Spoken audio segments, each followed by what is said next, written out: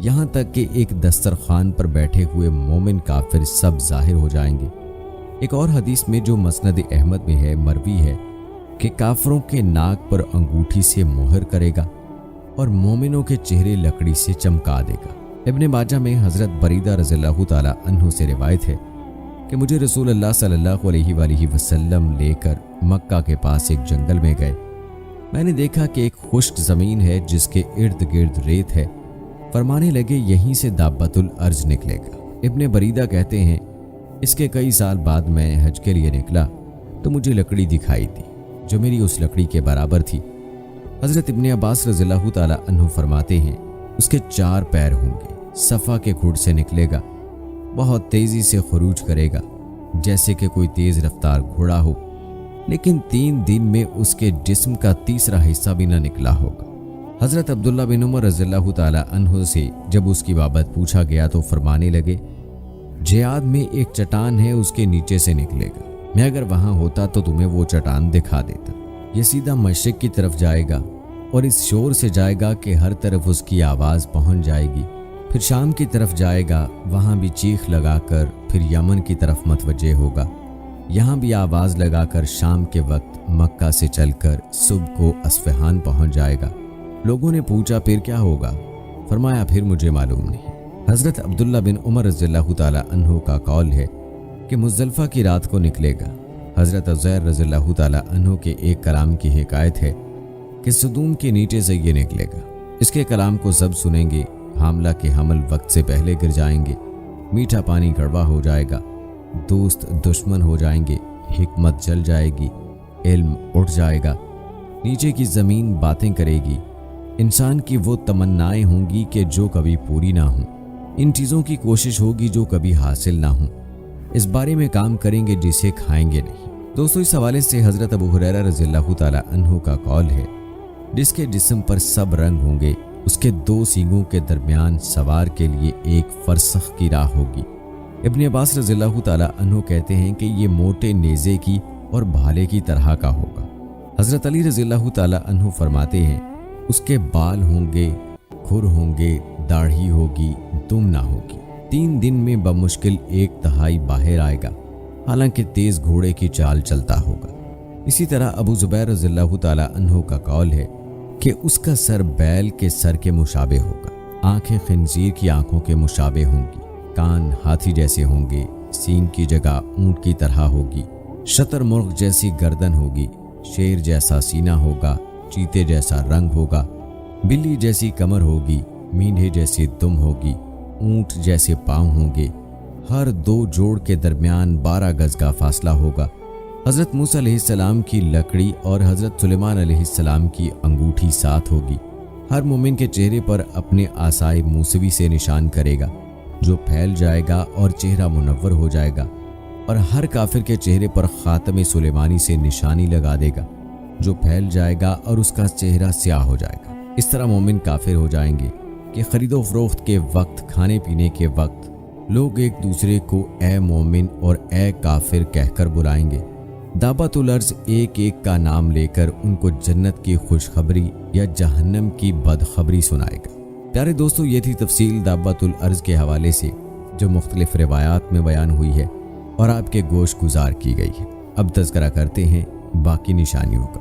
دوستو، قرآن پاک میں ارشاد باری تعالیٰ ہے یہ اس کے سوا اور کس بات کے منتظر ہیں کہ ان کے پاس فرشتے آئیں یا خود تمہارا پروردگار آئے یا تمہارے پروردگار کی کچھ نشانیاں آئیں، مگر جس روز تمہارے پروردگار کی کچھ نشانیاں آ جائیں گی تو جو شخص پہلے ایمان نہیں لایا ہوگا اس وقت اسے ایمان لانا کچھ فائدہ نہیں دے گا، یا اپنے ایمان کی حالت میں نیک عمل نہیں کیے ہوں گے تو گناہوں سے توبہ کرنا مفید نہ ہوگا۔ اے پیغمبر، ان سے کہہ دو کہ تم بھی انتظار کرو، ہم بھی انتظار کرتے ہیں۔ پیارے دوستو، ان آیات میں اللہ تعالیٰ کافروں کو اور پیغمبروں کے مخالفوں کو، اپنی آیات کو جھٹلانے والوں کو، اپنی راہ سے روکنے والوں کو ڈرا رہے ہیں کہ کیا انہیں قیامت کا انتظار ہے، جبکہ فرشتے بھی آئیں گے اور خود اللہ کا ہار بھی۔ وہ بھی وقت ہوگا جب ایمان بھی ہے بے سود اور توبہ بھی بیکار ہو جائے گی۔ بخاری شریف میں اس آیت کی تفسیر میں ہے، رسول اللہ صلی اللہ علیہ وآلہ وسلم فرماتے ہیں قیامت قائم نہ ہوگی جب تک کہ سورج مغرب سے نہ نکلے۔ جب یہ نشان ظاہر ہو جائے گا تو زمین پر جتنے لوگ ہوں گے سب ایمان لے آئیں گے، لیکن اس وقت ایمان محض بے سود ہوگا۔ پھر آپ نے یہی آیت پڑھی اور حدیث ہے، جب قیامت کی 3 نشانیاں ظاہر ہو جائیں تو بے ایمان کو ایمان لانا، خیر سے رکے ہوئے لوگوں کو اس کے بعد نیکی یا توبہ کرنا کچھ سود مند نہ ہوگا، سورج کا مغرب سے نکلنا، دجال کا آنا، دابت الارض کا ظاہر ہونا۔ ایک اور روایت میں اس کے ساتھ ہی ایک دھوئیں کے آنے کا بھی بیان ہے، اور حدیث میں ہے سورج کے مغرب سے طلوع ہونے سے بیشتر جو توبہ کرے اس کی توبہ مقبول ہے۔ بعض کا ماننا ہے کہ سورج کا مغرب سے نکالنا قیامت کی نشانیوں میں آخری نشانی ہوگی، جبکہ مذکورہ حدیث میں سورج کا نکلنا 4 نمبر پر بیان ہوا ہے۔ اگلی نشانی حضرت عیسیٰ علیہ السلام کا نزول ہے۔ یاد رہے کہ حضرت عیسیٰ علیہ السلام کا نزول حضرت امام مہدی علیہ السلام کے ظہور کے بعد ہوگا۔ چنانچہ آپ ایک دن شام کے وقت آسمان سے دمشق کی جامع مسجد کے مشرقی سفید مینار پر اتریں گے اور پھر دجال کو تلاش کر کے اس کو باب لد پر قتل کریں گے۔ لد شام میں ایک موضع کا نام ہے، اور بعض حضرات نے اس کو فلسطین کے ایک موضع کا نام بتایا ہے۔ پھر آپ کا نکاح ہوگا اور آپ 40 سال تک دنیا میں رہیں گے، اور آپ علیہ السلام کی تدفین نبی کریم صلی اللہ علیہ وآلہ وسلم کے ساتھ ہوگی۔ روایات سے معلوم ہوتا ہے دجال کو حضرت عیسیٰ علیہ السلام قتل کریں گے، جیسا کہ دجال کے ذکر میں اس کی تفصیل آپ نے ملاحظہ کی۔ اس لحاظ سے یہ کہا جا سکتا ہے کہ دجال اور حضرت عیسیٰ علیہ السلام کا نزول یکے بعد دیگرے ہوگا، یعنی پہلے دجال کا ظہور ہوگا، اور جیسے دجال کے زمانے ہی میں حضرت عیسیٰ علیہ السلام کا نزول ہو جائے گا، جو اللہ کے حکم سے دجال کا خاتمہ فرمائیں گے۔ دوستو، اگلی نشانی یاجوج ماجوج کا انخلاء ہے، جو مذکورہ حدیث کی روح سے قیامت کی 6 بڑی نشانی ہے۔ آپ کو بتاتے چلیں کہ یاجوج ماجوج دراصل 2 قبیلوں کے نام ہیں جو یافس ابن نوح کی اولاد میں سے ہیں۔ یہ دونوں قبیلے بہت وحشی مگر طاقتور تھے۔ ان کا خاص مشغلہ لوٹ مار اور زمین پر فساد پھیلانا تھا۔ یہ قبیلے جس گھاٹی میں رہا کرتے تھے، اس کو ذوالقرنین نے ایک ایسی دیوار سے جس کی بلندی اس گھاٹی کے دونوں طرف کے پہاڑوں کی چوٹی تک پہنچتی ہے اور موٹائی 60 گز کی ہے، بند کرا دیا تھا تاکہ لوگ ان قبیلوں کے چیرہ دستیوں سے محفوظ رہ سکیں۔ جب قیامت آنے کو ہوگی اور یاجوج ماجوج کے نکلنے کا وقت آئے گا تو دیوار ٹوٹ جائے گی۔ قرآن کریم کی سورہ کہف میں باحوالہ یاجوج ماجوج ذوالقرنین کے حالات بیان کرتے ہوئے فرمایا گیا ہے کہ جب وہ اپنی شمالی مہم کے دوران 100 دیواروں یعنی پہاڑوں کے درمیان پہنچا تو وہاں اسے ایسی قوم ملی جس کی زبان ناقابل فہم تھی۔ تاہم جب ترجمان کے ذریعے گفتگو ہوئی تو انہوں نے عرض کیا کہ یاجوج ماجوج اس سرزمین پر فساد پھیلاتے ہیں، لہٰذا تو ہمارے اور ان کے درمیان ایک سد یعنی دیوار تعمیر کر دے۔ اور قرآن پاک میں مزید اس بات کا ذکر موجود ہے کہ کس طرح ذوالقرنین نے اس قوم کو یاجوج ماجوج کی یلغار سے بچانے کے لیے دیوار بنائی۔